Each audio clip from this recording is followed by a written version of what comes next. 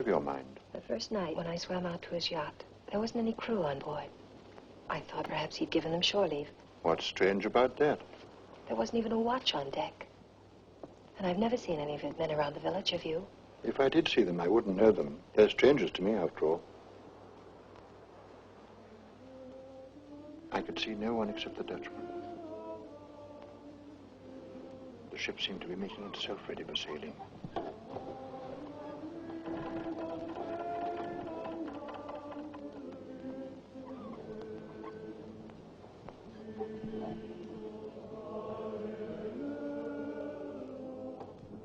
I imagine what his thoughts must be.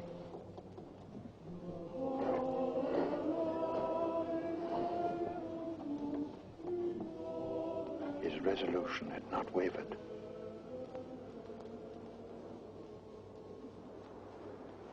She was safe. She would never see him again. And there's something else I've never told anyone, because no one would believe it. I'm not quite sure I believe it myself. What's that? He was killed, and he came back to life. What on earth?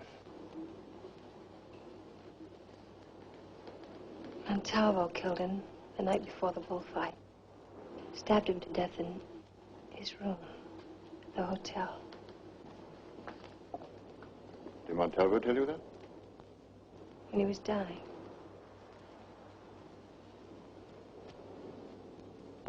He must have been delirious.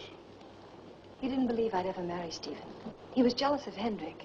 He felt that if Hendrick was out of the way, I'd marry him. He was dying. When people are out of their head, they can't tell dreams from realities. He all but told me beforehand he was going to do it. I tried not to take it seriously. Then one night I woke up absolutely certain he'd killed Hendrick. You were frightened. You had a nightmare. I went there. His room was a shambles. He said it was only the dog that had been killed, the terrier I gave him. Obviously it was the dog, since Hendrick's still alive.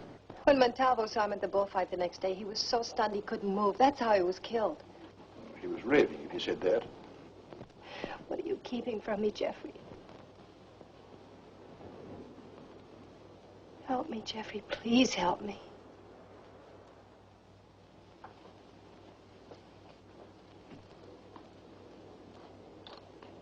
I'll die if I don't see him again.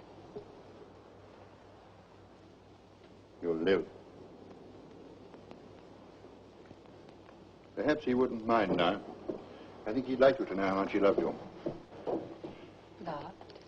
You can decide that for yourself. It's a translation I made of that old Dutch manuscript. You can read it now.